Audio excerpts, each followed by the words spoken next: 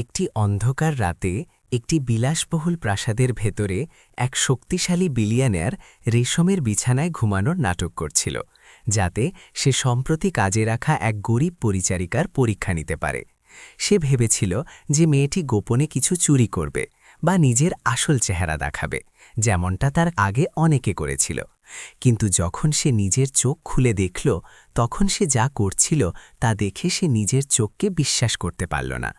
সে চুরি করছিল না বা পালিয়ে যাচ্ছিল না, বরং এমন এক আবেগপূর্ণ কাজ করছিল যা তার পুরো জীবন চিরদিনের জন্য বদলে দিল। হালকা বৃষ্টি প্রাসাদের লাল ছাদে পড়ছিল, যা এমন এক পরিবেশ তৈরি করেছিল যা পবিত্রও ছিল আবার শীতলও। পাথর দিয়ে তৈরি পথটি সেই বড় প্রাসাদ পর্যন্ত যেত, যা একটি নির্জন গলির শেষে ছিল, যেখানে কেবল হাওয়ায় পাতার খসখস শব্দ আর ভেজা সিঁড়িতে কারো পায়ের হালকা আওয়াজ শোনা যাচ্ছিল। আন্না লোহার সেই উঁচু গেটের সামনে দাঁড়িয়েছিল। সে নিজের কাপড়ের থলেটি শক্ত করে ধরে রেখেছিল। সে একটি পুরনো সাদা শার্ট পরেছিল, যার কলার পরিষ্কার ছিল, এবং কালো প্যান্ট, যা তার পুরনো জুতোগুলোকে লুকানোর জন্য যথেষ্ট লম্বা ছিল। চুল পেছনে বাঁধা ছিল, মুখে কোনো মেকআপ ছিল না, কিন্তু তার চোখে একটি গভীরতা ছিল যা তার বয়সের চেয়ে অনেক বেশি অভিজ্ঞতা প্রকাশ করছিল। আমি আন্না, আজ সকালের অ্যাপয়েন্টমেন্ট অনুযায়ী কাজের জন্য এসেছি, সে গেটরক্ষককে বলল, যখন সে ভারী দরজাটি একটু খুলল। গেটরক্ষক মাথা নাড়ল, লিস্ট দেখল এবং তাকে ভেতরে আসার ইশারা করল। পাশের রাস্তা দিয়ে সুনিতাজি রান্নাঘরে তার অপেক্ষা করছিলেন। প্রাসাদটি সাদা দেয়াল এবং নীল টালি দেওয়া ছাদের সাথে দাঁড়িয়েছিল। উঁচু কাঁচের জানালাগুলো কারো চোখের মতো মনে হচ্ছিল, যা সবসময় তাকিয়ে আছে। কিন্তু ভেতরে সবকিছু একদম শান্ত ছিল, এমনকি তার নিজের পায়ের শব্দ প্রতিধ্বনিত হচ্ছিল। সুনিতাজি একজন মধ্যবয়সী মহিলা, যাদের চুল বাঁধা ছিল এবং মুখ শক্ত ছিল।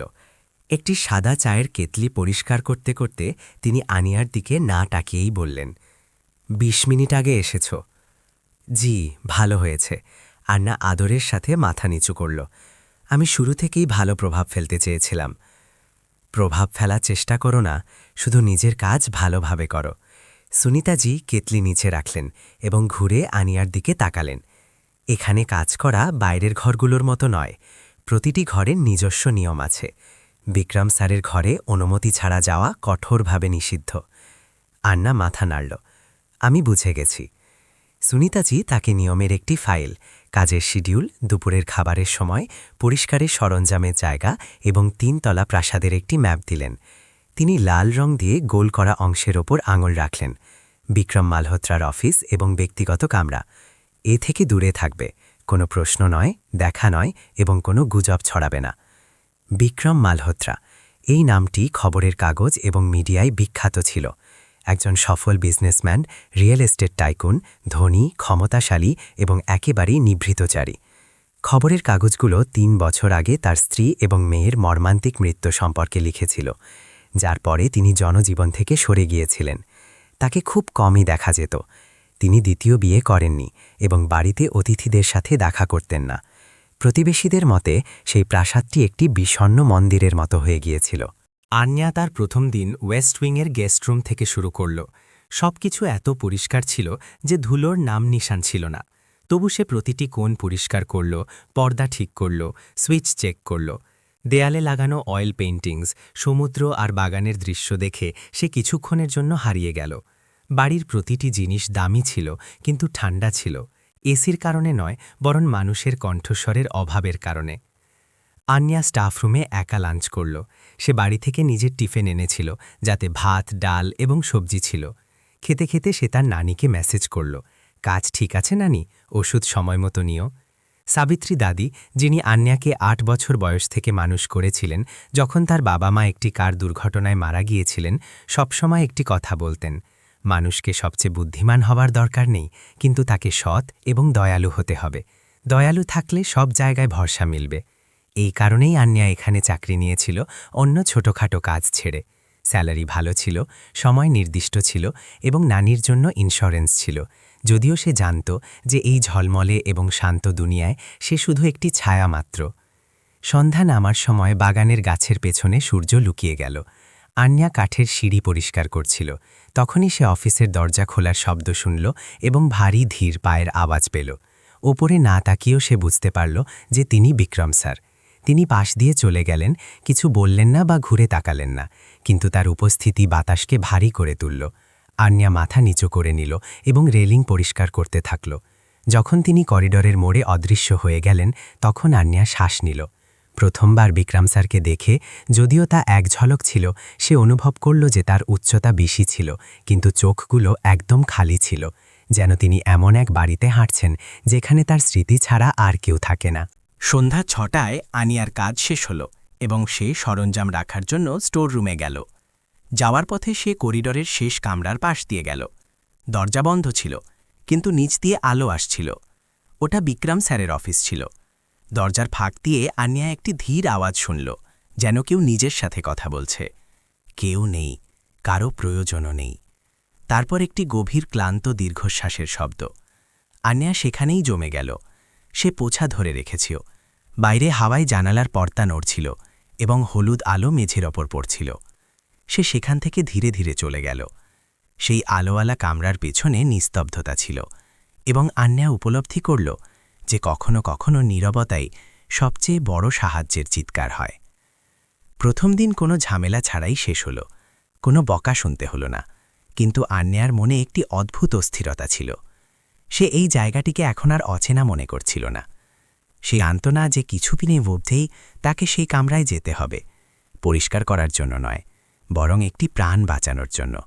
আর তখন তাকে নিজের ভালো এবং সততার মধ্যে একটিকে বেছে নিতে হবে। পরের দিন সারাদিন বৃষ্টি হতে থাকল। সন্ধ্যায় বৃষ্টি থামলে প্রাসাদে ঠান্ডা বেড়ে গেল এবং পুরনো কাঠের সুবাস বাতাসে মিশে গেল। আন্যা পোছা রেখে চলেই যাচ্ছিল যে সুনিতাজি তাকে থামালেন। আন্যা, বিক্রম স্যারের অফিসে বইয়ের শেলফ পরিষ্কার করে কও, করুণা পরিচারিকা ওই ঔষধে ভুলে গিয়েছে। আন্যা থমকে গেল। অফিসে? কিন্তু স্যার তো এই মুহূর্তে বাড়িতে নেই। সুনিতাজি দ্রুত বললেন, তিনি কোম্পানির মিটিংয়ে আছেন, তাড়াতাড়ি পরিষ্কার করে বেরিয়ে যাও। আন্যা কাপড় এবং স্প্রে নিল। সে করিডোর দিয়ে গেল। ভারী কার্পেটের ওপর জ্বলন্ত কাঠের মতো চকচকে দরজা সামনে ছিল, যার হাতল পিতলের ছিল। সে নক করল, কোনো জবাব এলো না। কিছুটা ইতস্তত করে সে দরজা খুলল। অফিসটি একটি ছোট লাইব্রেরির মতো ছিল। কেবল একটি টেবিল ল্যাম্পের আলো ছিল, যার ফলে মনে হচ্ছিল সময় থেমে গিয়েছে। মেঝে কাগজ ছড়িয়েছিল, বইয়ের আলমারিতে বইগুলো একদম সোজা রাখা ছিল, কিন্তু আন্যার নজর সেখানে গেল না। বিক্রম মালহোত্রা মেঝের ওপর মাথা রেখে পড়েছিলেন। মাথা একপাশে হেলেছিল, চুল এলোমেলো, সাদা শার্ট কুচকানো, একটি হাত নিচে ঝুলে আছে। মেঝের ওপর মদের 2টি খালি বোতল এবং ঔষধের 3টি শিশি পড়েছিল। একটার ঢাকনা খোলা ছিল। আন্যা স্তব্ধ হয়ে গেল। কামরার বাতাস যেন গায়েব হয়ে গেল। তার বুক ধরফর করতে লাগল। স্যার, বিক্রম স্যার, সে ধীর স্বরে ডাকল। কোনো জবাব নেই। সে কাছে গেল, গলা কাঁপছিল। বিক্রম স্যার, শুনতে পাচ্ছেন? তিনি তখনও চুপ ছিলেন। আন্যা ঝুঁকে তার নাকের কাছে হাত রাখল। শ্বাস খুব ধীর এবং ভাঙা ভাঙা ছিল। হাত ঠান্ডা হয়ে গিয়েছিল। ল্যাপটপের স্ক্রিন খোলা ছিল, তাতে অর্ধেক লেখা একটি নোট ছিল, আমি ক্ষমা চাইছি, আমি আর সহ্য করতে পারছি না। আন্যা মুষ্টিবদ্ধ করল, নিজেকে শান্ত রাখার জন্য। তার মাথা ঘুরছিল। অ্যাম্বুলেন্স কল করতে হবে, কিন্তু সে কে ছিল? একজন নতুন পরিচারিকা, যাকে আসার 1 সপ্তাহও হয়নি। কে বিশ্বাস করবে যে সে নির্দোষ? যদি লোকে ভাবে যে এতে তার হাত আছে, যদি মিডিয়া জানতে পারে, যদি সুনিতাজি অভিযোগ করেন। সে ফোন বের করল, আঙুল কাঁপছিল। সাবিত্রী দাদির গলা তার মাথায় প্রতিধ্বনিত হল, বিপদে পড়া মানুষকে দেখে কখনো পিঠ দেখাবে না। যদি বাঁচাতে না পারো তবে নিজেও শান্তিতে বাঁচতে পারবে না। আন্যা মাথা নাড়াল। এমার্জেন্সি সার্ভিস মুম্বাই, বলুন। জি, ভিলা নাম্বার 38 পালিহিল রোড। এখানে কেউ অজ্ঞান হয়ে আছেন। তিনি ওষুধ আর মাথ খেয়ে নিয়েছেন। তার শ্বাস খুব ধীর। লাইনে থাকুন, আমরা গাড়ি পাঠাচ্ছি। আপনার নাম? আন্যা, আমি পরিচারিকা। আমি কিছু করিনি, শুধু। শান্ত থাকুন, আপনি সেখানেই থাকুন এবং রোগীর ওপর নজর রাখুন। অ্যাম্বুলেন্স 10 মিনিটে পৌঁছাচ্ছে। আন্যা মাথা নাড়াল, যদিও কেউ দেখছিল না। সে ফোন মেহে রাখল এবং দ্রুত ওষুধের শিশিগুলো উঁচিয়ে নিল। হার্টের ওষুধ, ঘুমের বড়ি এবং কড়া মদ। সে এটুকু জানত যে এই মিশ্রণ প্রাণঘাতী হতে পারে। দূর থেকে সাইরেনের শব্দ শোনা গেল, যা কাছে আসতে থাকল। আন্যা দরজা খুলল। সাদা ইউনিফর্মে 3 জন লোক ভেতরে এলো, মেশিন আর স্ট্রেচার নিয়ে। মিক্সচার পয়জনিং আছে, একজন বলল। তাড়াতাড়ি ড্রিপ লাগাও আর নিয়ে চলো। আপনি কি একে খুঁজেছেন? একজন নার্স জিজ্ঞেস করল। আন্যা মাথা নাড়ালো, গলা বসে গিয়েছিল। আমি কামরা পরিষ্কার করতে এসেছিলাম। আপনি ভালো করেছেন, আর কয়েক ঘন্টা দেরি হলে বাঁচানো কঠিন হতো। আন্যা কোণে দাঁড়িয়ে রইল যখন তারা কাজ করছিল। মেশিনে শব্দ আসছিল। সে দেখল বিক্রমের ঠোঁট নড়ছিল, চোখ কুঁচকে যাচ্ছিল, যেন তিনি কোনো খারাপ স্বপ্ন থেকে বের হবার চেষ্টা করছেন। সুনিতাজি দৌড়ে এলেন। দৃশ্য দেখে তার মুখ ফ্যাকাশে হয়ে গেল। হে ভগবান, এটা কি হয়ে গেল? আন্যা জবাব দেবার আগে মেডিকেল স্টাফরা বলল যে তাকে দ্রুত হাসপাতালে নিয়ে যেতে হবে। স্যারের অবস্থা গুরুতর। তুমি অফিসে কি করছিলে? সুনিতাজি সন্দেহের চোখে আনিয়াকে দেখলেন। আন্যা কিছু বলল না, শুধু চুপচাপ ল্যাপটপের স্ক্রিনের দিকে ইশারা করল। সেই শব্দগুলো তখনও সেখানে ছিল, হতাশা ভরা শব্দ, যা প্রমাণ ছিল যে কেউ বিষ দেয়নি, এটি কোনো ষড়যন্ত্র ছিল না। সুনিতাজি দেখলেন এবং চুপ হয়ে গেলেন। তার গলা ধীর হয়ে গেল। আমি অ্যাম্বুলেন্সের সাথে যাচ্ছি। সবার যাওয়ার পর আন্না একা কামরায় দাঁড়িয়ে রইল, যেখানে এখনও ওষুধের গন্ধ ছিল। সে ল্যাপটপ বন্ধ করল, খালি শিশিগুলো ডাস্টবিনে ফেলল এবং তারপর সেই কামরাটি দেখল যেখানে একটু আগে জীবন ও মৃত্যুর লড়াই হল। মেঝের কোণে একটি পুরনো ছবি পড়েছিল। এক সৌম্য মহিলা নিজের 5 বছরের বাচ্চাকে কোলে নিয়ে হাসছিলেন। আন্যা ধীরে ধীরে ছবিটি সোজা করল এবং কাচের ওপর লাগা ধুলো পরিষ্কার করল। যখন সে ঘুরল, ঘড়িতে রাত 10টা বাজছিল। জানালা দিয়ে হাওয়া এলো, কিন্তু আনিয়ার মনে একটি ভয় ছিল। আজ রাত থেকে এই প্রাসাদের জীবন আগের মতো থাকবে না, এবং সে যে অজান্তেই এই মুহূর্তের অংশ হয়ে গেল, এখন আর পিছিয়ে যেতে পারত না। সকাল হতে চলল। আকাশে মেঘ ছিল। আন্যা স্টাফরুমে কাঠের চেয়ারে বসেছিল, ঠান্ডা চায়ের দিকে তাকিয়েছিল। অ্যাম্বুলেন্সের সাইরেন এখনও তার মাথায় বাজছিল এবং বিক্রমের ফ্যাকাশে মুখ মনে পড়ছিল। দরজা খুলল এবং সুনিতাজি ভেতরে এলেন, মুখ পাথরের মতো শক্ত। সাহেব বিপদমুক্ত, হাসিকাকারে পর্যবেক্ষণে আছেন। আন্যা একবারে দাঁড়িয়ে গেল। তাহলে তিনি ঠিক হয়ে যাবেন তো? এখনও কোনো নিশ্চিত বলা যাচ্ছে না, কিন্তু তুমি যদি সময় মতো কল না করতে। তিনি থামলেন এবং আনিয়াকে দেখলেন। তুমি খুব শান্ত ছিলে। আন্যা হাত মুঠো করল। সেই মুহূর্তে আমি ভেবেছিলাম, যদি আমি চুপ থাকি তবে হয়তো কেউ আমার চোখের সামনে মারা যাবে। সুনিতাজি হাত বাঁধলেন। তুমি জানো তুমি নিয়ম ভেঙেছ, বিনা অনুমতিতে ব্যক্তিগত কামরায় গিয়েছ, কম্পিউটার এবং ব্যক্তিগত জিনিস ছুঁয়েছ। আমার কোনো খারাপ উদ্দেশ্য ছিল না, আন্যা ইতস্তত করে বলল। আমি বিপদ দেখে শুধু প্রাণ বাঁচিয়েছি। কিছুক্ষণ নীরবতা রইল। তারপর সুনিতাজি পকেট থেকে কাগজের একটি বান্ডি বের করলেন। তোমার চাকরির ফাইল। আমি এটাকে তৈরি রেখেছিলাম যাতে তোমাকে বের করে দিতে পারি, কিন্তু এখন আমি এটা ছিঁড়ে ফেলছি। আনিয়ার চোখ বড় হয়ে গেল। তোমার অধিকার আছে যে তুমি এই বিষয় থেকে দূরে থাকো, সুনিতাজি বললেন। পুলিশ জিজ্ঞাসা করতে পারে, মিডিয়া প্রশ্ন করতে পারে, তুমি এতে ফেঁসে যেতে পারো।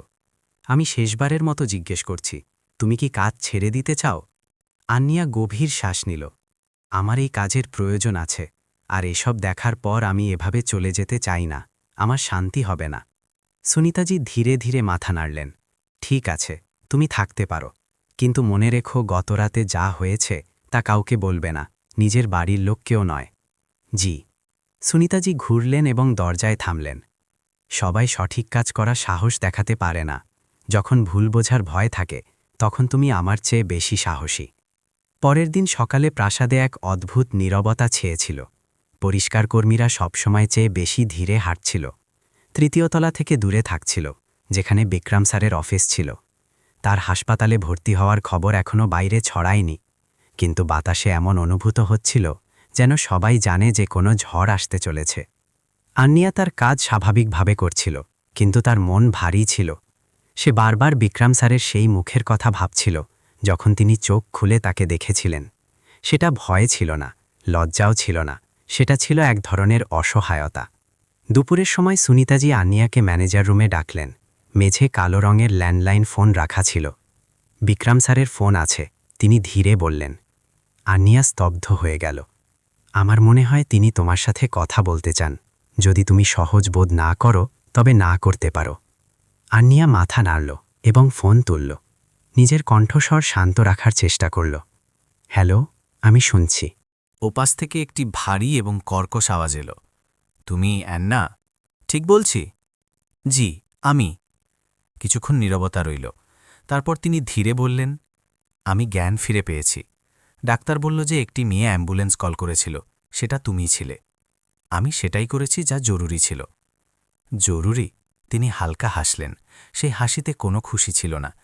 সবাই এমন কাউকে বাঁচায় না যে মরতে চায়। অ্যান্না নিজের জামার হাতা শক্ত করে ধরল। যদি আপনি সত্যি মরতে চাইতেন তবে আমাকে আপনাকে দেখার সুযোগই দিতেন না। ফোনের অন্য পাশে একটি গভীর এবং ভারী শ্বাস নেওয়ার শব্দ পাওয়া গেল। আমি ধন্যবাদ দেওয়ার ইচ্ছা রাখি না, কারণ আমি জানি না আমার সামনে বাঁচা উচিত কিনা। অ্যান্না ঢোক গিলল। আমার ধন্যবাদ চাই না, কিন্তু যদি আপনি বেঁচে থাকেন তবে আমি আশা করি যে আপনি এখন আর এত একা হবেন না। বিক্রম অনেকক্ষণ চুপ রইলেন, তারপর তার গলা ধীর হয়ে গেল। ক্ষমা করো যদি আমি তোমাকে ভয় পাইয়ে থাকি। আমি ডরাইনি, অ্যান্না জবাব দিল। শুধু এই ভেবে কষ্ট হয়েছিল যে আপনার চারপাশে কারো আপনার কষ্টের কথা আগে কেন মনে হয়নি। ফোনে একটি হালকা ক্লিক হলো এবং কল কেটে গেল। অ্যান্না রিসিভার নিচে রাখল। তার বুক এখনও দ্রুত ধরফর করছিল। সে সুনিতাজির দিকে তাকালো, যিনি কামরার কোণে দাঁড়িয়েছিলেন। তার মুখে মিশ্র ভাব ছিল। তিনি শুধু এটুকুই বললেন। তিনি কি বললেন? আন্যা ধীর স্বরে জবাব দিল। সেই সন্ধ্যায় বৃষ্টি হয়নি, কিন্তু হাওয়া খুব তেজ ছিল। আন্যা লবি পুনরায় পরিষ্কার করার জন্য আধা ঘন্টা থেকে গেল, কারণ অন্য পরিচারিকা তাড়াতাড়ি বাড়ি চলে গিয়েছিল। যখন সে বাইরে বারান্দায় এলো, তখন সে দেখল যে তৃতীয় তলার অফিসের বাতি আবার জ্বলছে। সুনিতাজি গেটের কাছে দাঁড়িয়ে গেট লক করছিলেন। তিনি পেছনে না তাকিয়ে বললেন, তিনি এই মাত্র ফিরে এসেছেন। আন্যা ওপরে জানালার দিকে তাকালো। সেই লম্বা একা ছায়াটি সেই মেঝে ফিরে এসেছে, যেখান থেকে তিনি এই দুনিয়াকে চিরকালের জন্য ছেড়ে চলে যেতে চেয়েছিলেন। সে ঘুরতে যাচ্ছিল যে জানালার আলো নিভে গেল। না জানি কেন আন্যার মেরুদণ্ড দিয়ে এক শীতল স্রোত বয়ে গেল। হওয়ার কারণে নয়, বরং এই কারণে যে সে জানত সেই মানুষটি মৃত্যুর মুখ থেকে ফিরে এসেছে, কিন্তু বাঁচার জন্য নয়, বরং আরও সহ্য করার জন্য। আর যদি তাই হয়, তবে গতরাতে যা হয়েছে তা শেষবার নয়। হালকা রোদ ছিল। প্রাসাদের সামনে গাছের লম্বা ছায়া মেঝের ওপর পড়ছিল। আন্যা দ্বিতীয় তলার করিডোর পরিষ্কার করে সরতেই দেখল সুনিতাজি ব্যালকনিতে দাঁড়িয়ে আছেন। তার হাতে একটি পাতলা ওড়না ছিল এবং তিনি সেই বাগানের দিকে তাকিয়েছিলেন যাতে কোনো ফুল ছিল না। তুমি কি ফ্রি আছো? তিনি জিজ্ঞেস করলেন। আওয়াজ সব সময়ই ধীর ছিল। আন্যা মাথা নাড়ল। জি, লাঞ্চ ব্রেকে এখনও 10 মিনিট বাকি আছে। আমার সাথে এসো। আন্যা কিছুটা অবাক হলো, কিন্তু কিছু জিজ্ঞেস করল না। সুনিতাজি তাকে বেসমেন্টে নিয়ে গেলেন, যেখানে সে চাকরি হওয়ার পর থেকে কখনো যায়নি। কাঠের পুরনো দরজা খুলল এবং ভেতরে একটি ছোট কামরা দেখা গেল, যেখান থেকে পুরনো বই আর কাঠের গন্ধ আসছিল। দেয়ালে ব্ল্যাক অ্যান্ড হোয়াইট ছবি যত্ন করে ফ্রেম করে লাগানো ছিল। কামরার মাঝখানে কাচের আলমারি ছিল, যার ভেতরে কিছু স্মরণীয় জিনিস রাখা ছিল। মিউজিক বক্স, বাচ্চাদের গল্পের বই এবং একটি ফিকে গোলাপি রঙের হেয়ার ব্যান্ড। এটা স্মৃতির কামরা। সুনিতাজি ধীরে কামরার মাঝখানে হাঁটতে হাঁটতে বললেন, সাহেবের স্ত্রী আর মেয়ের। আন্যা থমকে গেল। দেয়ালের ল্যাম্পের হলুদ আলো ছবিগুলোর উপর পড়ছিল। এক যুবতী মহিলা, যার মুখ সৌম্য ছিল এবং চোখ উজ্জ্বল। তিনি খিলখিল করে হাসছিলেন। তার পাশে 4 বছরের একটি বাচ্চা ছিল, হালকা কোঁকড়া চুল, বড় চোখ এবং গালে ডিম্পল। বাচ্চাটি খুব সুন্দর, আন্যা বলল। সুনিতাজি মাথা নাড়লেন। ওর নাম রিয়া ছিল, একদম নিজের মায়ের মতো। যখনও বেঁচে ছিল, পুরো প্রাসাদে হাওয়ার ঝাপটার মতো দৌড়ে বেড়াত। সব জায়গায় ওর ছোট ছোট পায়ের ছাপ থাকত। আন্যার সেই বাচ্চাটির কামরাটি মনে পড়ল, যা সে একবার পরিষ্কার করেছিল। খেলনাগুলো সাজিয়ে রাখা ছিল এবং বালিশগুলো থেকে এখনও হালকা সুবাস আসছিল। এসব কিভাবে হলো? সে ধীর স্বরে জিজ্ঞেস করল। সুনিতাজি একটি গভীর শ্বাস নিলেন। 3 বছর আগে রিয়ার জন্মদিন ছিল। নন্দিনী ম্যাম, সাহেবের স্ত্রী, তাকে তাড়াতাড়ি বাড়ি রেখেছিলেন, যাতে তারা একসাথে ডিনার করতে পারেন এবং কেক কাটতে পারেন। বিক্রম স্যার মিটিংয়ে ব্যস্ত ছিলেন। তিনি বলেছিলেন যে একটু দেরি হবে। মা মেয়ে নিজেরা কেক কিনতে সুপারমার্কেটে চলে গিয়েছিলেন। তার গলা বুঝে এলো। ফেরার পথে অ্যাক্সিডেন্ট হয়ে গেল। একটি ট্রাক রেড লাইট ভেঙে তাদের কারকে ধাক্কা দিল। তারা দুজনেই ঘটনাস্থলেই শেষ হয়ে গেলেন। আন্যা নিজের হাত শক্ত করে চেপে ধরল। ও, সুনিতাজি মাথা নাড়লেন। যখন বিক্রম স্যার সেখানে পৌঁছালেন, অ্যাম্বুলেন্স চলে গিয়েছিল। যখন তিনি বাড়ি ফিরলেন, তিনি শুধু সেই ডাইনিং টেবিলের সামনে চুপচাপ দাঁড়িয়ে রইলেন, যা সাজানো হয়েছিল। বার্থডে কেক, মোমবাতি, উপহার সবকিছু ওভাবেই রাখা ছিল। নীরবতা ছেয়ে গেল। আন্যা বুঝতে পারছিল না কি বলবে। তার শুধু নিজের বুকে একটি টিস অনুভূত হচ্ছিল, যেন কেউ হৃদয়কে নিংড়ে দিচ্ছে। পরের দিন সুনিয়াজি আগে বললেন, তিনি মা মেয়ের সব কামরা লক করে দিলেন। আমাকে মানা করে দিলেন যে কোনো জিনিসের জায়গা বদলানো যাবে না। ওই ছোট কামরা, রিয়ার কামরা, তখন থেকে এখন পর্যন্ত কেউ খোলেনি। তাহলে আজ আপনি আমাকে এখানে কেন আসতে দিলেন? আন্যা জিজ্ঞেস করল। সুনিতাজি ঘুরলেন এবং আন্যাকে দেখলেন। কারণ তুমিই প্রথম মানুষ যে তাকে সেই কিনারা থেকে ফিরিয়ে এনেছ। আমার মনে হয় তোমার সেই ক্ষতটি ভালোভাবে বোঝা উচিত, যা তিনি বেঁচে আছেন। করুণা করার জন্য নয়, বরং এটা জানার জন্য যে তার নীরবতার মানে এই নয় যে তার মধ্যে অনুভূতি নেই। আন্যা মাথা নিচু করল। আমি বুঝে গেছি। সেই সন্ধ্যায় যখন আন্যা লিভিং রুম পরিষ্কার করছিল, তখন সে সোফার ফাঁকে পড়ে থাকা একটি ছোট কার্ড পেল। ওটা রিয়ার জন্মদিনের কার্ড ছিল, যাতে একটি শিশুর আঁকাবাঁকা হাতের লেখা ছিল, পাপা আই লাভ ইউ, জলদি ঘরে এসো। আন্যা চুপচাপ ওটা আবার সেই জায়গায় রেখে দিল, কাউকে কিছু বলল না।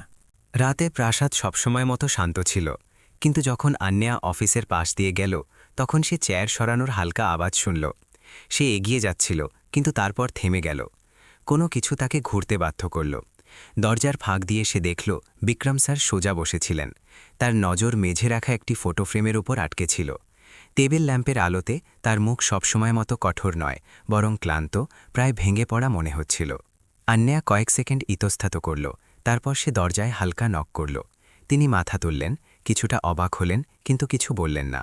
আমি আদা চা এনেছি, আন্যা ধীরস্বরে বলল। সুনিতাজি বললেন যে ড্রিপ চলার পর এটা শরীরের জন্য ভালো হয়। বিক্রম ট্রেতে রাখা চায়ের দিকে তাকালেন, আর তারপর হালকা করে মাথা নাড়লেন। ওখানেই রেখে দাও। আন্যা ভেতরে এলো, চায়ের কাপ মেঝে রাখল এবং ঘুরতে যাবে যে তিনি ডাক দিলেন, তুমি জেনে গেছো তাই না? আন্যা থামল। অ্যাক্সিডেন্টের ব্যাপারে? কিছুক্ষণ নীরবতার পর বিক্রম চেয়ারের হাতাল শক্ত করে ধরলেন। আমার মনে হয়নি যে কেউ এতটা পরবা করবে যে জিজ্ঞেস করবে। লোক প্রায় এই ব্যাপারে কথা বলা এড়িয়ে চলে, কারণ তারা আপনার ব্যথায় খোঁচা দিতে ভয় পায়। কিন্তু আমার মনে হয় যে যদি ব্যথাকে ভুলা যায় বা তাকে অবহেলা করা হয়, তবে তা মানুষকে বেশি তাড়াতাড়ি মেরে ফেলে। আন্যা বলল। বিক্রম তাকে অনেকক্ষণ দেখলেন। তোমার বয়স কত? 24। পরিবার? শুধু নানি, তিনিই আমার সব। তিনি ধীরে মাথা নাড়লেন, আর তারপর সেই ফটো ফ্রেমের দিকে ইশারা করলেন। তার স্ত্রী রিয়াকে কোলে নিয়ে হাসছিলেন। সেই দিন আমাকে শুধু 10 মিনিট আগে বেরোতে হতো, বা সেই আপায়া বিজনেস প্ল্যানটি একপাশে রাখতে হতো, কিন্তু আমি করিনি। সেটা একটি অ্যাক্সিডেন্ট ছিল। আন্যা ধীরস্বরে বলল, কেউ ভবিষ্যৎ দেখতে পারে না। কিন্তু আমি কথা দিয়েছিলাম যে আমি আসব। তার গলা বুঝে এলো, আর তারা আমার অপেক্ষা করতে করতে মারা গেল। যখন আন্যা অফিস থেকে বের হলো, তখন সে দেখল যে চায়ের কাপ অর্ধেক খালি ছিল। परिवारेर छवि अभी भी वहीं थी, किंतु पहली बार उसे मेज़े के ऊपर उल्टा करके नहीं रखा गया था। और तार पीछे ने कमरे का दरवाज़ा बंद होने की आवाज़ उतनी रुक और शीतल नहीं थी जितनी हमेशा रहती थी। ताते एमन किछुर प्रतिध्वनि छिलो जा हयतो এইমাত্র খোলার শুরু করছিল। শনিবারের সন্ধে মুম্বাইয়ের আকাশে হালকা মেঘ ছেয়েছিল, আর রিমঝিম বৃষ্টি শুরু হয়ে গিয়েছিল। জলের ছোট ছোট ফোঁটা হ্যাভেলির ছাদে পড়ছিল, একটি লয়বদ্ধ আওয়াজ তৈরি করছিল, যা অদ্ভুতভাবে স্বস্তি দিচ্ছিল। আনিয়া লবির শেষ কাঁচের জানালাটা মুছছিল। তখনই সিঁড়ির দিক থেকে সুনিতাজির আওয়াজ এলো, সাহেব, তোমাকে ওপরে অফিসে ডাকছেন।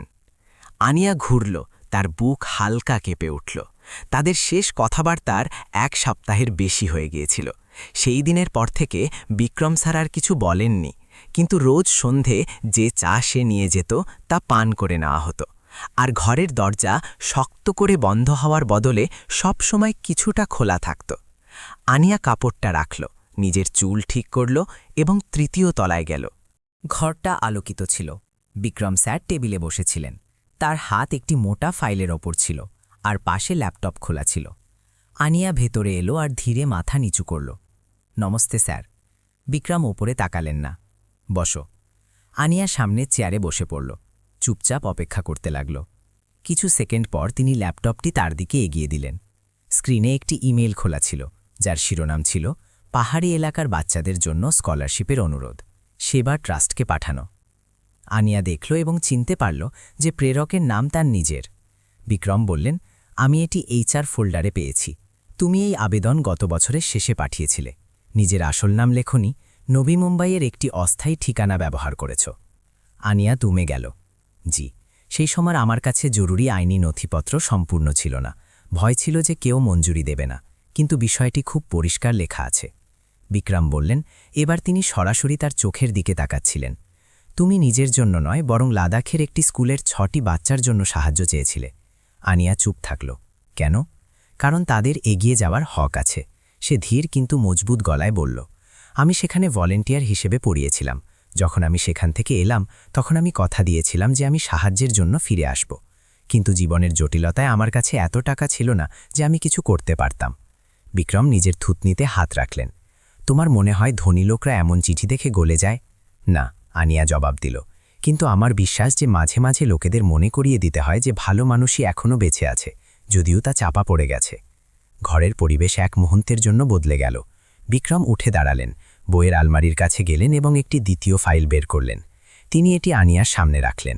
এতে একটি কমল ফাউন্ডেশন সম্পর্কে তথ্য আছে। এটি আমার নামে চলা একটি চ্যারিটি ট্রাস্ট। 3টি নতুন প্রজেক্ট আছে যা অনুমোদনের অপেক্ষায় আছে। আনিয়া অবাক হয়ে দেখতে লাগল। তুমি এগুলো পড়ো এবং আমাকে বলো যে 3টির মধ্যে কোন প্রজেক্ট আগে শুরু করা উচিত। তোমার কাছে 3 দিন সময় আছে। সে চোখের পলক ফেলল। কিন্তু স্যার, আমি তো শুধু একজন কর্মচারী, একজন মেড, শুধু একজন কর্মচারী। তিনি জোর দিয়ে বললেন, যিনি একাই সেই 6টি বাচ্চার জন্য স্কলারশিপের আবেদন লিখেছিলেন যাদের তিনি চেনেনও না। আমি তোমার পরীক্ষা নিতে চাই, দেখতে চাই তুমি কি বেছে নাও, আবেগ, যুক্তি নাকি নিজের লাভ। সেই রাতে আনিয়া নিজের ছোট ঘরে কুকড়ে বসেছিল। তার সামনে 3টি মোটা ফাইল ছিল। একটি প্রজেক্ট বন্যা দুর্গতদের জন্য বাড়ি বানানো ছিল, একটি শহরে একা থাকা বৃদ্ধদের সাহায্যের, এবং একটি মহামারীর পর বেকার হওয়া যুবকদের দক্ষতা শেখানোর। প্রতিটি পাতায় কারো না কারো দুঃখ লেখা ছিল। সে গভীর রাত পর্যন্ত পড়তে থাকল। এই জন্য নয় যে সবথেকে দয়নীয় কাউকে বেছে নিতে পারে, বরং এটি বোঝার জন্য যে কার সাহায্যে সবথেকে বেশি এবং সঠিক সময় প্রয়োজন। 3য় দিন সকালে আনিয়া অফিসের দরজা খটখটাল। বিক্রম আগে থেকেই টেবিলে বসেছিলেন। কিছু বললেন না। আনিয়া তার সামনে একটি A4 সাইজের কাগজ রাখল। সেটা লম্বা ছিল না, শুধু 300 শব্দ ছিল, কিন্তু কথা পাকা ছিল। আমি যুবকদের দক্ষতা শেখানোর প্রজেক্টটি বেছে নিয়েছি, কারণ যদি তাদের হাতে দক্ষতা থাকে তবে তারা নিজেদের এবং নিজেদের পরিবারকে পালন করতে পারবে। বৃদ্ধ এবং বন্যা দুর্গতদেরও সাহায্য চাই, কিন্তু আমার মনে হয় যে ভেঙে পড়া যুবকদের দাঁড় করানো তাদের পুরো ভবিষ্যৎ বাঁচানোর মতো। বিক্রম শান্ত থাকলেন। তার তীক্ষ্ণ নজর যেন সেই ছোট মেয়েটির এপার ওপার দেখছিল। কিছুক্ষণ পর তিনি ধীরে কাগজটি ফেরত সরিয়ে দিলেন। যাও, এর পুরো বিস্তারিত প্রস্তাব লেখো। আগামী সপ্তাহে আমি এটি বোর্ডের সামনে রাখব। যদি অনুমোদন মেলে তবে তুমি আমার সাথে সাইট পরিদর্শনে চলবে। আনিয়া তার দিকে তাকিয়েই রয়ে গেল। নিজের অবাক হওয়া লুকাতে পারল না। আমাকে তো প্রজেক্ট ম্যানেজ করতে আসে না। কেউ শিখে জন্ম নেয় না, কিন্তু যে অন্যের দুঃখ সরাসরি দেখার সাহস রাখে সে শেখার হকদার। তিনি উঠে দাঁড়ালেন এবং ড্রয়ার থেকে একটি খাম বের করলেন। আর এটি, তিনি বললেন, লাদাখে সেই স্কুল থেকে আসা ধন্যবাদপত্রের কপি। তারা বলেছে যে কোনো এক অজ্ঞাত ব্যক্তি সেই 6টি বাচ্চার পুরো ফিস পাঠিয়ে দিয়েছেন। আনিয়া স্তব্ধ হয়ে গেল। আপনি পাঠিয়েছেন? বিক্রম জবাব দিলেন না, শুধু তার ঠোঁটে একটি খুব হালকা হাসি এলো এবং তিনি ঘুরে গেলেন। তোমার কি মনে হয় কে হবে? সেই রাতে আনিয়া চুপচাপ আদা দেওয়া চা টেবিলে রাখল, কিন্তু যাওয়ার বদলে সে নিজের পকেট থেকে একটি কাগজের টুকরো বের করল। এটি আমি তখন লিখেছিলাম যখন আমি 10ম ক্লাসে ছিলাম, সে বলল, যখন আমি প্রথমবার স্কলারশিপ পেয়েছিলাম। সে সেটা টেবিলে রাখল মুড়িয়ে, আর তারপর 1 পা পিছিয়ে মাথা নিচু করল এবং চলে গেল। বিক্রম সেটা তুললেন এবং খুললেন। স্কুল পড়ুয়া বাচ্চার তেড়া বেঁকা কিন্তু পরিষ্কার হাতের লেখা ছিল, বড় হয়ে আমি একজন নেক মানুষ হব, চাই আমি গরিব থাকি বা না থাকি। তিনি সেটা বারবার পড়তে থাকলেন। ঘরের আলো জ্বলছিল, কিন্তু তার চারপাশের নিস্তব্ধতা এখন আলাদা ছিল। তাতে শান্তি ছিল। সেই ঠান্ডা দেওয়ালে একটি ফাটল ধরছিল যা তার ভেতরে জমে গিয়েছিল, এবং এর শুরু একটি খুব পুরনো লাইন থেকে হয়েছিল যা একটি খুব কম বয়সী মেয়ে লিখেছিল। শুরু শীতের রোদ 3য় তলার জানালা দিয়ে ছেকে আসছিল এবং চকচকে টেবিলের উপর পড়ছিল। বিক্রম যেমনই ফাইল নিচে রাখলেন, তিনি দেখলেন যে তার নিচে একটি ছোট মোড়ানো কাগজ রাখা আছে। তিনি সেটা খুললেন। সেই পরিচিত হেলানো হাতের লেখা ছিল, যদি আপনাকে অতীতে গিয়ে একদিন পুনরায় বাঁচার সুযোগ দেওয়া হয় তবে আপনি কোন দিনটি বেছে নেবেন? কোনো স্বাক্ষর নেই, কোনো স্পষ্টীকরণ নেই, কিন্তু তিনি জানতেন যে এটি আনিয়া। বিক্রম কিছুক্ষণ শান্ত বসে থাকলেন। সেই শব্দগুলোকে এমনভাবে দেখতে থাকলেন যেন নিজের সাথে কথা বলছেন। তারপর কাগজটি বন্ধ করার বদলে তিনি পেন বের করলেন এবং নিচে লিখলেন, আমার মেয়ের জন্মদিন। আমি চাই যে কেকের ওপর মোমবাতি জ্বলার ঠিক আগে আমি বাড়ি পৌঁছে যাই। তিনি সেটা মুড়িয়ে জীবনের অর্থ নামক বইয়ের মাঝে রেখে দিলেন এবং সেটা সেই তাকে রেখে দিলেন যেখানে আনিয়া প্রায়ই ধুলো মুছত। পরদিন সকালে যখন আনিয়া পরিষ্কারের জন্য বইটি খুলল, তখন সে সেই কাগজটি পেল। সে অবাক হল না, শুধু তার মুখে একটি হালকা হাসি ফুটে উঠল। সেই রাতে সে চায়ের কাপের নিচে আরেকটি কাগজ রাখল। যদি আপনাকে এমন একটি জিনিস বেছে নিতে হয় যা জীবনে কখনো না হারায়, তবে আপনি কি বেছে নেবেন? পরের দিন জবাব কফির বিলের পেছনে লেখা পাওয়া গেল, যা টেবিলে রাখা ছিল। স্মৃতি। কারণ কষ্ট দেওয়া সত্ত্বেও ওগুলোই এটা মনে করিয়ে দেয় যে আমাদের কাছে কখনো খুব দামি কিছু ছিল। এরপর তাদের মধ্যে একটি অদ্ভুত খেলা শুরু হয়ে গেল, কাগজের আদান প্রদান, যার উল্লেখ কেউ মুখে আনল না, কিন্তু দুজনেই এর মানে বুঝত। কোনো প্রশ্ন বেহাস ছিল না, কোনো জবাব ফালতু ছিল না। একবার আনিয়া লিখল, আপনার কি ভয় লাগে যে কেউ আপনাকে মনে রাখবে না? বিক্রম জবাব দিলেন, আমার ভুলে যাওয়ার ভয় নেই, আমার ভয় হল যে আমি এমনভাবে বাঁচব যে মনে রাখার মতো কিছু ছেড়েই যাব না। তারপর তিনি আরও জুড়লেন, আর তুমি? আনিয়া লিখল, আমার ভয় হয় যে আমি পুরো জীবনটা কাটিয়ে দেব, অথচ কারও আমাকে প্রয়োজনই পড়বে না। ধীরে ধীরে সেই কাগজের টুকরোগুলো শুধু খেলা থাকল না, সেগুলো সেই সব কথার ঘর হয়ে গেল যা তারা দুজনেই বলতে পারত না বা বলতে চাইত না। একদিন যখন দিনভর বৃষ্টি হতে থাকল, আনিয়া চায়ের ট্রেতে একটি নোট ছাড়ল। বৃষ্টি আমাকে সেই দিনগুলোর কথা মনে করিয়ে দেয় যখন আমাদের ছাদ চুইয়ে জল পড়ত। নানিকে পুরো ঘরে বাসন রাখতে হতো, তাও তিনি হাসতেন। যে ঘরে বৃষ্টি ভেতরে আসতে পারে, মানে সেখানে হাওয়া আটকায় না এবং মনে তিক্ততা জমে না। সেই রাতে বিক্রম কোনো জবাব দিলেন না, কিন্তু পরের দিন টেবিলে একটি স্লেট রঙের বড় এবং মজবুত ছাতা রাখা ছিল, যার ভেতরে একটি নোট ছিল। মাথা ভিজতে দিও না, মজবুত লোকেদেরও শুকনো থাকার প্রয়োজন হয়।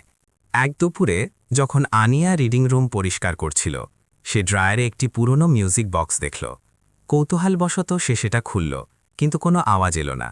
সে সেটা পরিষ্কার করল এবং ধীরে সেটার চাবি ঘোরাল। একটি ধীর এবং সুরেলা সুর বাজতে লাগল। সেটি ব্রাহামস লরি ছিল। সেই রাতে সে কোনো নোট ছাড়ল না, কিন্তু যখন বিক্রম নিজের ঘরে এলেন, তখন তিনি দেখলেন যে তার পছন্দের ফাউন্টেন পেন, যেটার কালি শেষ হয়ে গিয়েছিল, তাতে কালি ভরে পরিপাটি করে রাখা হয়েছে। কালির দোয়াতের নিচে হৃৎপিণ্ডের আকারে মোড়ানো একটি ছোট কাগজ ছিল। তাতে লেখা ছিল, সঙ্গীত সবসময় বেঁচে থাকে, শুধু তাকে কারোর স্পর্শের প্রয়োজন হয়। ধীরে ধীরে তাদের মাঝখানের দূরত্ব এখন মালিক আর চাকরের থাকল না, বরং এমন দুই মানুষের ছিল যাদের নিজের নিজের ক্ষত ছিল এবং যারা ছোটখাটো কথার মাধ্যমে একে অপরের জখমে মলম লাগাচ্ছিল। এই সিলসিলা একটি বৃহস্পতিবারের রাত পর্যন্ত চলল, যখন আনিয়া একটি অজানা নম্বর থেকে মেসেজ পেল। তাতে শুধু একটি লাইন লেখা ছিল, সাবধান থেকো, তোমার ওপর নজর রাখা হচ্ছে। আনিয়া স্তব্ধ হয়ে গেল। সে চারদিকে তাকাল। হ্যাভেলি শান্ত ছিল। সে সেই নম্বরে কল করার চেষ্টা করল, কিন্তু সেটি বন্ধ ছিল। সুনিতাজি দুদিনের ছুটিতে নিজের গ্রামে গিয়েছেন। ঘরে শুধু সে, বিক্রম স্যার আর বেসমেন্টে শোয়া নাইট গার্ড ছিলেন। রাত দ্রুত নামল। আনিয়া চুপচাপ নিজের ঘরের দরজা বন্ধ করল। ছোট টেবিলে সে একটি নোট ছাড়ল। যদি একদিন সব সত্যি পাল্টে যায়, তবে কি আপনি এতটুকু ভরসা করবেন যে কারো ওপর সন্দেহ করবেন না? পরদিন সকালে যখন আনিয়া অফিস পরিষ্কার করছিল, সে দেখল যে টেবিলের ঠিক মাঝখানে একটি অদ্ভুত ছবি রাখা আছে। সেই ছবিটা তার ছিল যখন সে স্মৃতির ঘর থেকে বের হচ্ছিল। এটি সিসিটিভি ক্যামেরা থেকে নেওয়া হয়েছিল, যা একটি লুকানো কোণে লাগানো ছিল। তার ঠিক পাশে বিক্রমের একটি নোট ছিল।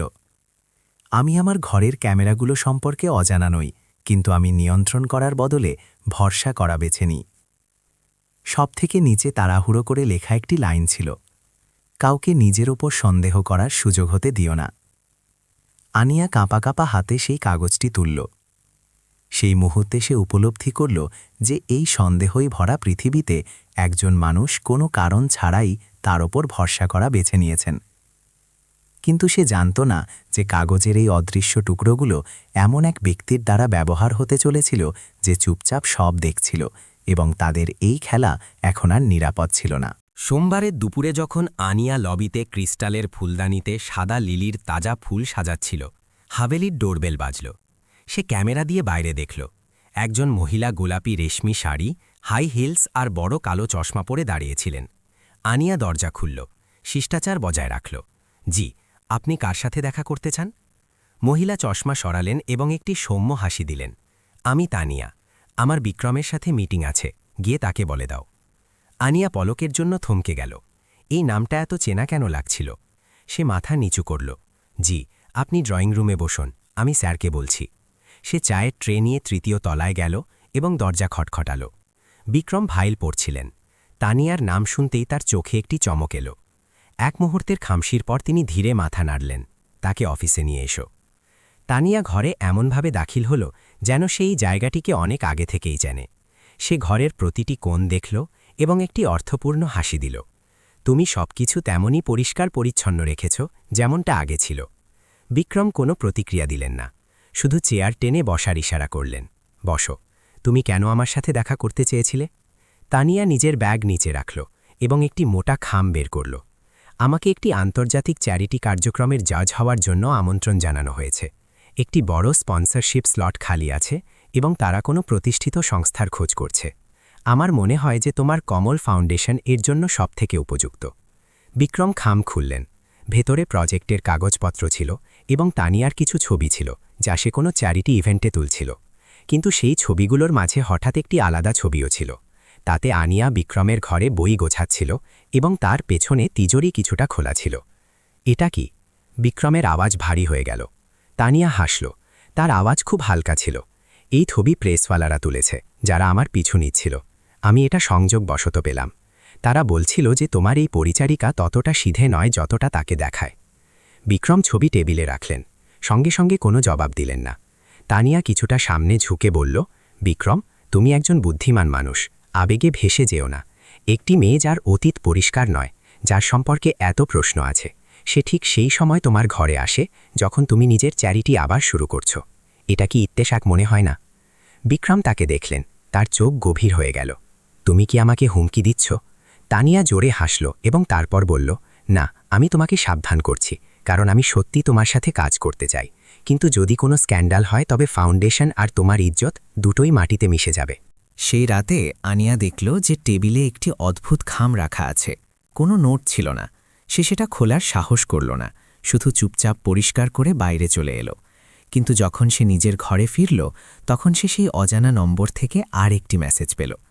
সেই অরথ বন্ধুত্বের জন্য আসেনি, তোমার জায়গা নিতে এসেছে, যাওয়ার প্রস্তুতি নিয়ে নাও। আনিয়ার হাত কেঁপে গেল। তার তানিয়ার সেই নজরের কথা মনে পড়ল যখন সে ভেতরে এসেছিল। ওটা কোনো অপরিচিত নজর ছিল না, ওটা অধিকার খাটানো নজর ছিল, যেমন সে কখনো এই জায়গার মালকিন ছিল। পরের দিন বিক্রম তাকে চায়ের জন্য ডাকলেন না।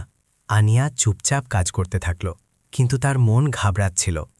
দুপুরে সুনিতাজি, যিনি ফিরে এসেছিলেন, ডাইনিং টেবিলে একটি খাম রাখলেন। এটি তোমার জন্য এসেছে, কোনো মিডিয়া কোম্পানি থেকে পাঠানো হয়েছে। প্রেরকের নাম তানিয়া। আনিয়া সেটা খুলল। ভেতরে একটি খবরের কাগজের আর্টিকেলের ড্রাফট ছিল, যা এখনও ছাপানো হয়নি। তার শিরোনাম ছিল, সুন্দরী পরিচারিকা এবং কমল ফাউন্ডেশন শুরু করা ধনকুবেরের সাথে তার সন্দেহজনক সম্পর্ক। নিচে অনেক ছবি ছিল, যেগুলোকে খুব কারসাজি করে এডিট করা হয়েছিল। আনিয়ার বিক্রমের ঘর থেকে বের হওয়া, চা রাখা, ফাইল নিয়ে উপরে যাওয়া। আনিয়ার মুখ ফ্যাকাশে হয়ে গেল। সুনিতাজি, আপনি কি এই সম্পর্কে জানেন? সুনিতাজি মাথা নাড়লেন, আওয়াজ ধীর ছিল। সেই মেয়েটি তানিয়া। বিক্রম স্যারের ডিভোর্সের পর কিছু সময়ের জন্য তার বন্ধু ছিল। গত কিছু মাস ধরে সে আবার ফোন করছে। আনিয়া নিজের মাথা চেপে ধরল। তার বুক যেন কোনো গভীর খাদে পড়ে গেল। সেই রাতে আনিয়া সিদ্ধান্ত নিল এবং অফিসের দরজা খটখটাল। বিক্রম তাকে দেখলেন, তার চোখে শীতলতা ছিল। কি ব্যাপার? আনিয়া আর্টিকেলের ড্রাফট টেবিলে রাখল।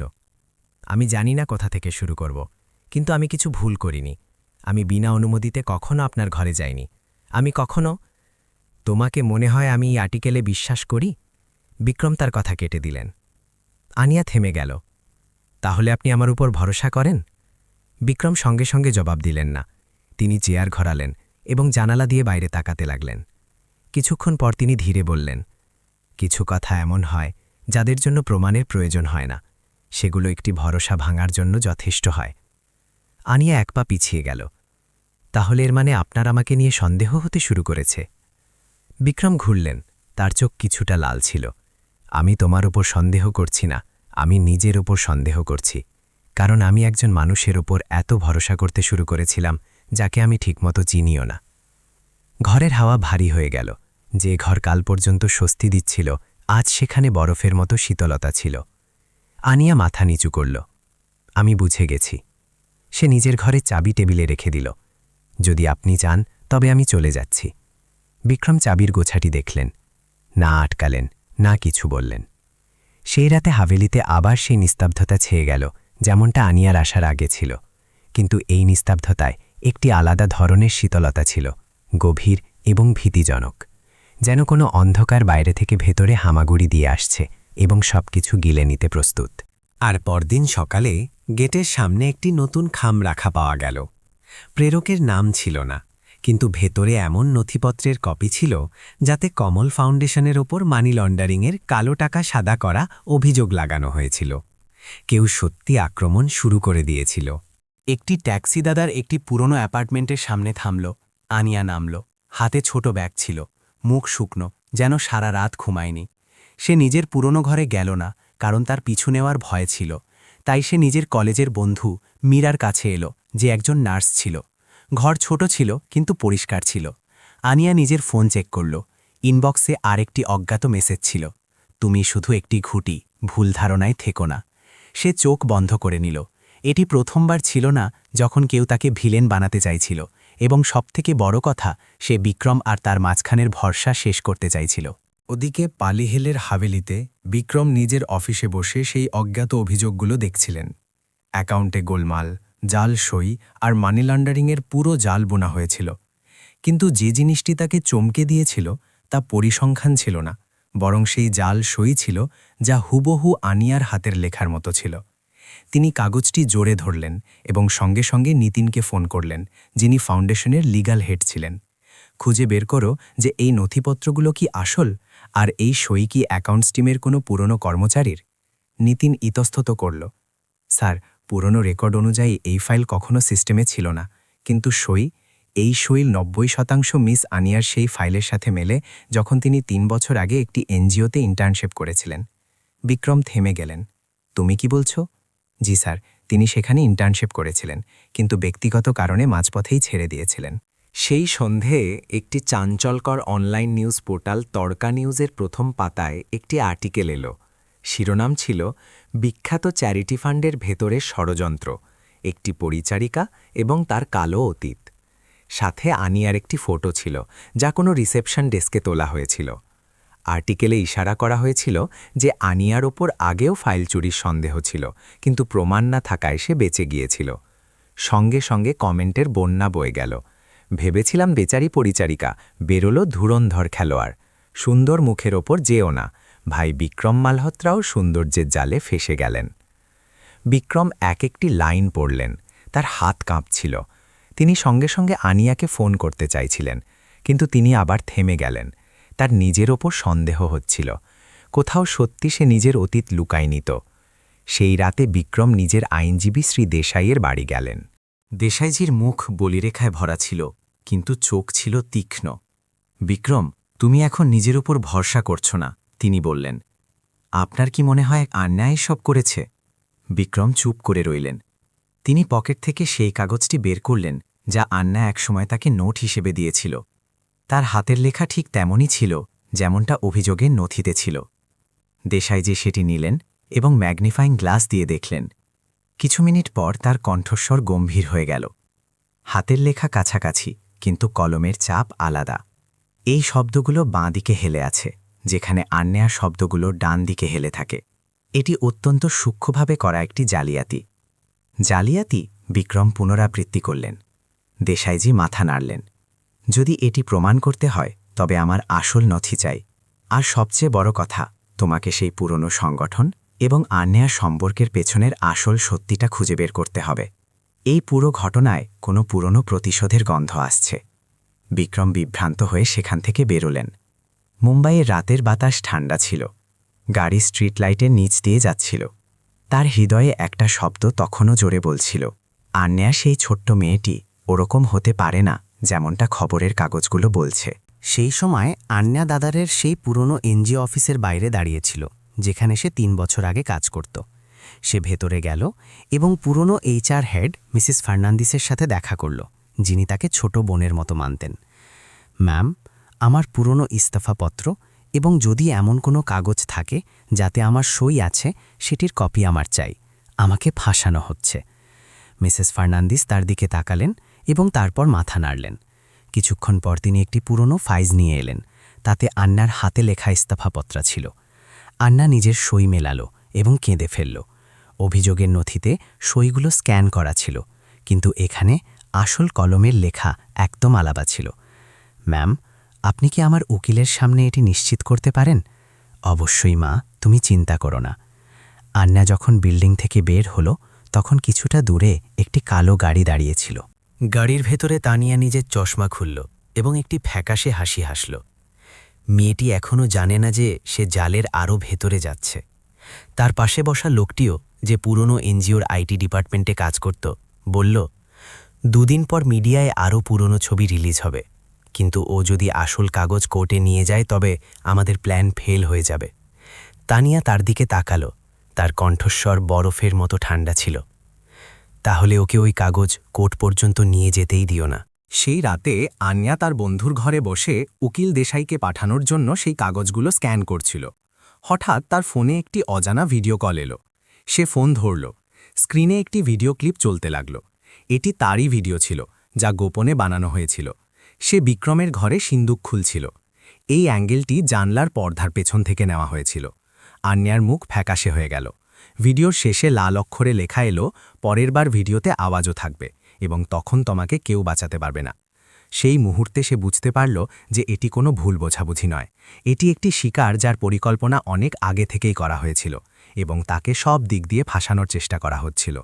অন্ধকার ঘরে একা বসে আন্যা নিজের মুখ দুহাতে ঢেকে নিল। চোখের জল বইতে লাগল, কিন্তু ভেঙে পড়ার বদলে সে উঠে দাঁড়াল। ফোন বের করে উকিল দেশাইয়ের নম্বর মেলাল।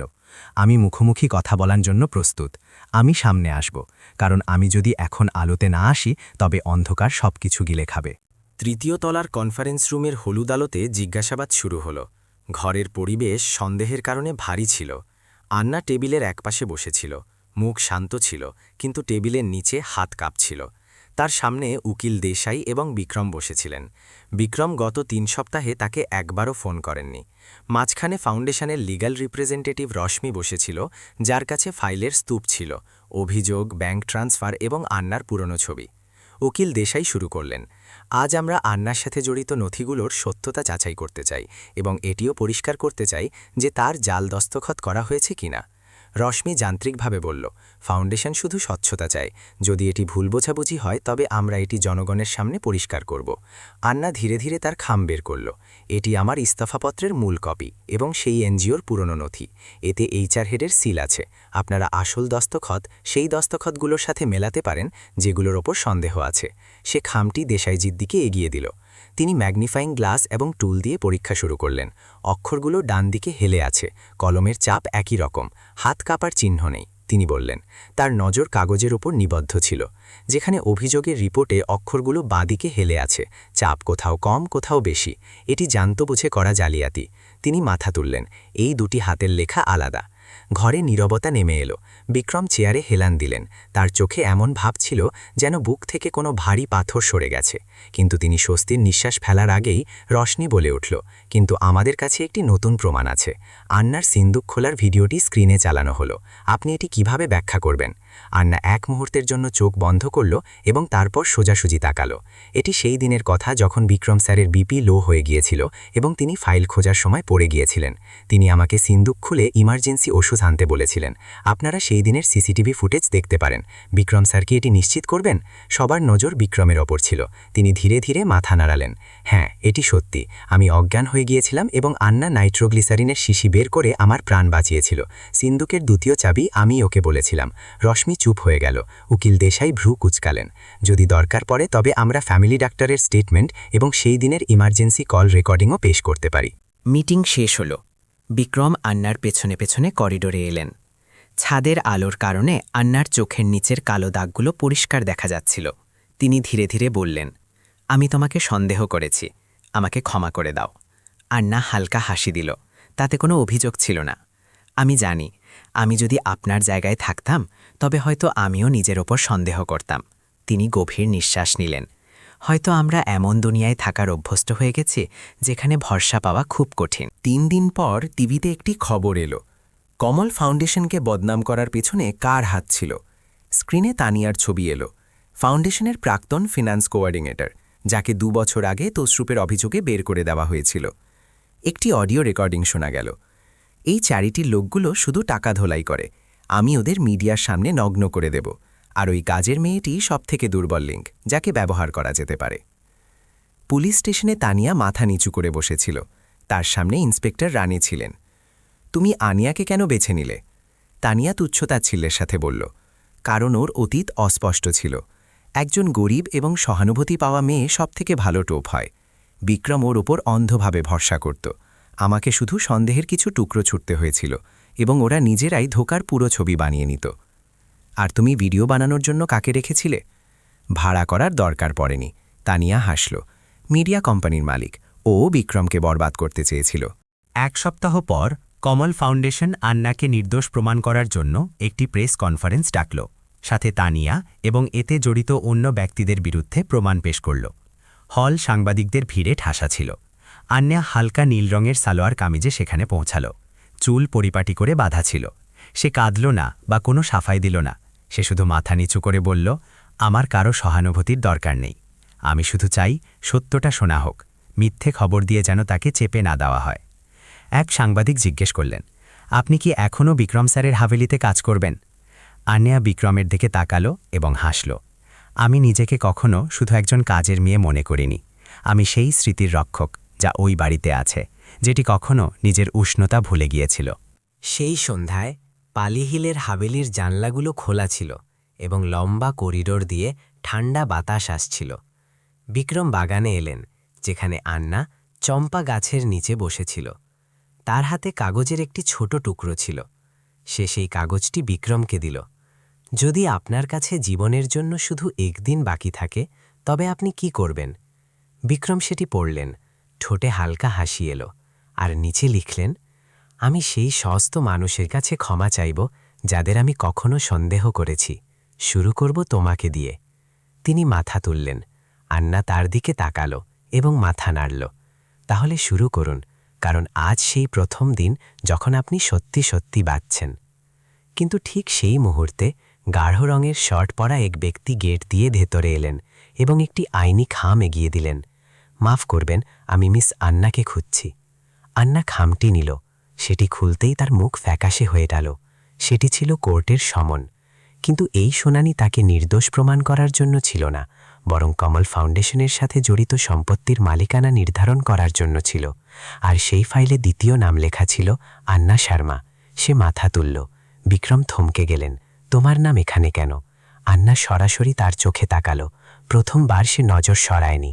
কারণ আমার বাবা অনিল শর্মা এই ফাউন্ডেশনের সহ-প্রতিষ্ঠাতা ছিলেন, এবং 20 বছর আগে তার মৃত্যু একটি অ্যাক্সিডেন্টে হয়েছিল, যা এই ফাউন্ডেশনের শুরুর দিকের বিবাদের সাথে যুক্ত ছিল।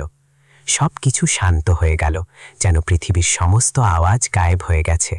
এই অধ্যায়টি এমন দুজন মানুষের অবাক দৃষ্টির ওপর শেষ হল, যারা এখন আর মালিক ও কর্মচারী ছিলেন না, এবং তারা সেই মানুষও ছিলেন না যাদের মধ্যে সন্দেহের দেওয়াল ছিল, বরং তারা একটি পুরনো এবং দুঃখজনক সূত্রের 2 অংশ ছিলেন, যা ভুলে যাওয়া হয়েছিল। কোর্টের তারিখ এসে গিয়েছিল এবং সত্য এখনও পুরোপুরি সামনে আসেনি। কোর্টের বাইরে মুম্বাইয়ের আকাশে ধূসর মেঘের একটি পাতলা স্তর ছেয়েছিল। সকালের বৃষ্টিতে রাস্তাগুলো ভিজে গিয়েছিল। কোর্টরুমের ভেতরে পরিবেশ গম্ভীর ছিল।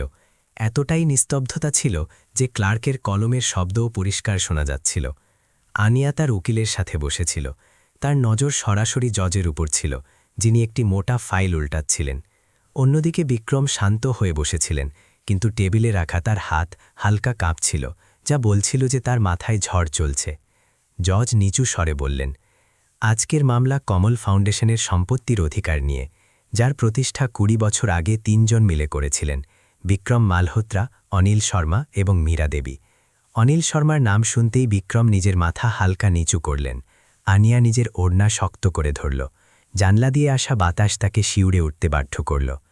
2005 সালে অনিল শর্মার মৃত্যুর পর, যা একটি দুর্ঘটনা ছিল, ফাউন্ডেশনের পুরো কাজকর্ম বিক্রম মালহোত্রার কাছে চলে আসে।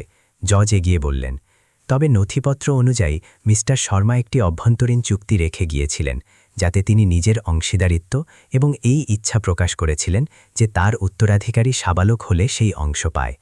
জজ থামলেন এবং আনিয়ার দিকে তাকালেন। মিস আনিয়া, আপনি কি অনিল শর্মার সাথে আপনার সম্পর্কের সত্যটা নিশ্চিত করতে পারেন? আনিয়া উঠে দাঁড়াল, কণ্ঠস্বরে জোর ছিল। হ্যাঁ, তিনি আমার নিজের বাবা ছিলেন। আমার মা তার ব্যক্তিগত সচিব ছিলেন। তার মৃত্যুর পর মা আমাকে নিয়ে গ্রামে চলে যান এবং ফাউন্ডেশনের কোনো ব্যক্তির সাথে যোগাযোগ রাখেননি। আমি সত্যটা তখন জানতে পারি যখন গত বছর মীরা দেবী, যিনি তৃতীয় কো-ফাউন্ডার ছিলেন, তার মৃত্যুর আগে আমাকে একটি উইল এবং চিঠি পাঠান। কোর্ট তথ্য প্রমাণ পরীক্ষা শুরু করল। আনিয়ার উকিল মীরা দেবীর চিঠি, আনিয়ার বার্থ সার্টিফিকেট এবং একটি অডিও রেকর্ডিং পেশ করলেন, যাতে মীরা দেবী ফাউন্ডেশনের শুরুর গল্প বলেছিলেন। তাতে পরিষ্কার ছিল যে অনিল শর্মা নিজের সম্পত্তির বড় অংশ এই আশায় দিয়েছিলেন যে এটি সেই মানুষদের কাজে আসবে যারা সবকিছু হারিয়েছে। অন্যদিকে বিক্রমের উকিল কোনো বিরোধিতা করলেন না। বিক্রম উঠে দাঁড়ালেন। তার গলা ভারী ছিল। আমি অনিল শর্মার ভূমিকা অস্বীকার করি না এবং আন্যার সাথে তার রক্তের সম্পর্কের কথাও না। আমি শুধু এটা জানাতে চাই যে গত ২০ বছর ধরে এই ফাউন্ডেশন আমি সামলেছি এবং বড় করেছি, তখনও যখন বাকি প্রতিষ্ঠাতারা ছিলেন না। জজ মাথা নাড়লেন। এই কথা নোট করে নেওয়া হলো। কিন্তু আজ কোর্টকে এটা ঠিক করতে হবে যে মিস আন্যা উইল অনুযায়ী উত্তরাধিকারীর অধিকারী কি না এবং ভবিষ্যতে কমল ফাউন্ডেশনের পরিচালনায় তার কোনো ভূমিকা থাকবে কিনা। ঘর শান্ত হয়ে গেল। আন্যা ঘুরে বিক্রমকে দেখল। দুজনের নজর মিলল। এখন না কোনো ভয় ছিল, না কোনো ঋণ। আন্যা গভীর নিঃশ্বাস নিল। ইয়োর অনার, আমার নিজের জন্য কোনো সম্পত্তি বা টাকা চাই না। আমি শুধু আমার বাবার সেই মূল ভাবনাকে বাঁচিয়ে রাখতে চাই, এই ফাউন্ডেশনকে সেই মানুষদের জন্য একটি নিরাপদ জায়গা বানানো যারা দুর্বল। যদি বিক্রম স্যার রাজি থাকেন তবে আমি একজন কোঅর্ডিনেটর হিসেবে তার সাথে কাজ করতে প্রস্তুত, এবং যদি না হন তবে আমি পিছিয়ে যেতে প্রস্তুত। বিক্রম এক মুহূর্তের জন্য থামলেন। তারপর তার মুখে একটি হাসি এলো, এতটাই হালকা যে প্রায় বাতাসে মিশে গেল। ইয়োর অনার, আপনি নোট করতে পারেন, তিনি বললেন। আমি রাজি যে আন্যা আমার সাথে মিলে ফাউন্ডেশন চালাবে এবং ধীরে ধীরে আমি পরামর্শদাতা অর্থাৎ অ্যাডভাইজারের ভূমিকায় চলে আসব। শুনানির শেষে জজ রায় দিলেন যে আন্যা তার বাবার অংশীদারিত্বের আইনি উত্তরাধিকারী এবং পরামর্শ দিলেন যে দুই পক্ষ মিলে কাজ করার একটি স্বচ্ছ মানচিত্র তৈরি করুক। সেই সন্ধ্যায় আন্যা এবং বিক্রম হাভেলিতে ফিরলেন। গাছের পাতা দিয়ে ছেকে আসা রোদ পাথরের রাস্তায় সোনালি আলো ছড়িয়ে দিয়েছিল। এখন সেই বাড়ি নিস্তব্ধ ছিল না। একটি কমিউনিটি সেন্টার থেকে একদল প্রতিবন্ধী শিশু সেখানে এসেছিল। ড্রয়িং রুমে পিয়ানোর পাশে বাচ্চারা কিচিরমিচির করছিল। একটি মেয়ে, যার একটি পা ছিল না, টেডি বিয়ারকে জড়িয়ে ধরে বলল, আন্না দিদি, আমরা কি কাল আবার আসতে পারি? আন্না মাথা নাড়ল এবং তার মাথায় হাত বুলিয়ে দিল। তুমি যখন চাও আসতে পারো। এটি সেই শিশুদের ঘর যারা হাসতে জানে। বিক্রম পেছনে দাঁড়িয়ে চুপচাপ দেখছিলেন। খোলা জানলা দিয়ে হাওয়া আসছিল এবং চম্পা ফুলের গন্ধ ছড়িয়েছিল। তিনি আন্নার দিকে ঘুরলেন। আগে আমি বাচ্চাদের আওয়াজে ভয় পেতাম, মাথা ধরে যেত। এখন জানো কি হয়? আন্না জিজ্ঞেস করল। না, এখন আমার ভয় লাগে যে যদি কোনোদিন এই শব্দ বন্ধ হয়ে যায় তবে কি হবে? আন্না হাসল। আমাদের শুধু তখন ভয় পাওয়া উচিত যখন আমরা বেঁচে থাকতে থাকতে এটা ভুলে যাই যে আমরা কে ছিলাম। রাতে পুরো ঘর একসাথে খাবার খেল। সুনিতাজি, যিনি বছরের পর বছর সেখানে ছিলেন, কুমড়োর সবজি আনলেন, যা আন্যা পছন্দ করত। বিক্রম টেবিলের প্রধানের চেয়ারে বসেছিলেন। প্রথমবার তিনি নিজের হাতের রোলেক্স ঘড়ি খুলে রেখেছিলেন। খাবার সময় গল্প হচ্ছিল। আগে যেখানে নিস্তব্ধতা থাকত, এখন সেখানে ছোট ছোট কথা ছিল। একটি বাচ্চা স্লাইড থেকে পড়ে গেছে, সেন্টারের টিচারের আরও গল্পের বই চাই, সেই বোবা বাচ্চাটি আজ একটি পুরো বাক্য পড়তে পেরেছে। যখন খাওয়া শেষ হলো তখন আন্না নিজের পকেট থেকে কাগজের টুকরো বের করে টেবিলের মাঝখানে রেখে দিল। নিজের জন্য শেষ প্রশ্ন। বিক্রম সেটি পড়লেন। যদি আজ এই বাড়িতে আপনার শেষ দিন হয় তবে আপনি কি করবেন? তিনি চারদিকে তাকালেন এবং তারপর লিখলেন, আমি এখানে উপস্থিত প্রতিটি বাচ্চাকে বলবো যে এক সময় ছিল যখন এই বাড়ি কাচের বাক্সের মতো ঠান্ডা ছিল। তারপর একটি মেয়ে এলো, সে জানলা খুলল, ধুলো পরিষ্কার করল এবং হাসির আওয়াজ রেখে গেল। আন্যা সেটি পড়ল, কাগজটি ভাঁজ করল এবং সেটি টেবিলে রাখা একটি ছোট কাঠের বাক্সে রেখে দিল। এটি তার বাবার বাক্স ছিল, যার পাশে একজন শান্ত ও দয়ালু চোখের মানুষের ব্ল্যাক অ্যান্ড হোয়াইট ছবি রাখা ছিল। সেই রাতে বাইরে বৃষ্টি হচ্ছিল এবং ঠান্ডা ছিল, কিন্তু সেই হাভেলি এখন আর খালি এবং ফাঁপা ছিল না। বৃষ্টির ফোঁটার শব্দ সেই হাসিকে চেপে দিতে পারল না যা রান্নাঘর থেকে আসছিল, বা সেই ছোট ছেলেটির কণ্ঠস্বরকে যা করিডরে জোরে জোরে পড়া শিখছিল। সেই বাড়ি আবার শ্বাস নিতে শিখে গিয়েছিল এবং ২০ বছরে প্রথমবার সেই বাড়ি হাসতে জেনে গিয়েছিল। এই গল্পটা তোমাদের কেমন লাগলো? নিজের মতামত কমেন্টে অবশ্যই জানাও। গল্প ভালো লাগলে ভিডিওটা লাইক করো আর বন্ধুদের সঙ্গে শেয়ার করতে ভুলো না। আর হ্যাঁ, তুমি এই ভিডিও কোথা থেকে দেখছো? তোমার প্যারা, গ্রাম বা শহরের নামও কমেন্টে অবশ্যই লেখো। এমনি আরও হৃদয় ছুঁয়ে দেওয়া গল্প শোনার জন্য আমাদের চ্যানেল পাহেলি দফা স্টোরিজ সাবস্ক্রাইব করতে ভুলো না। পরের গল্পে আবার দেখা হবে।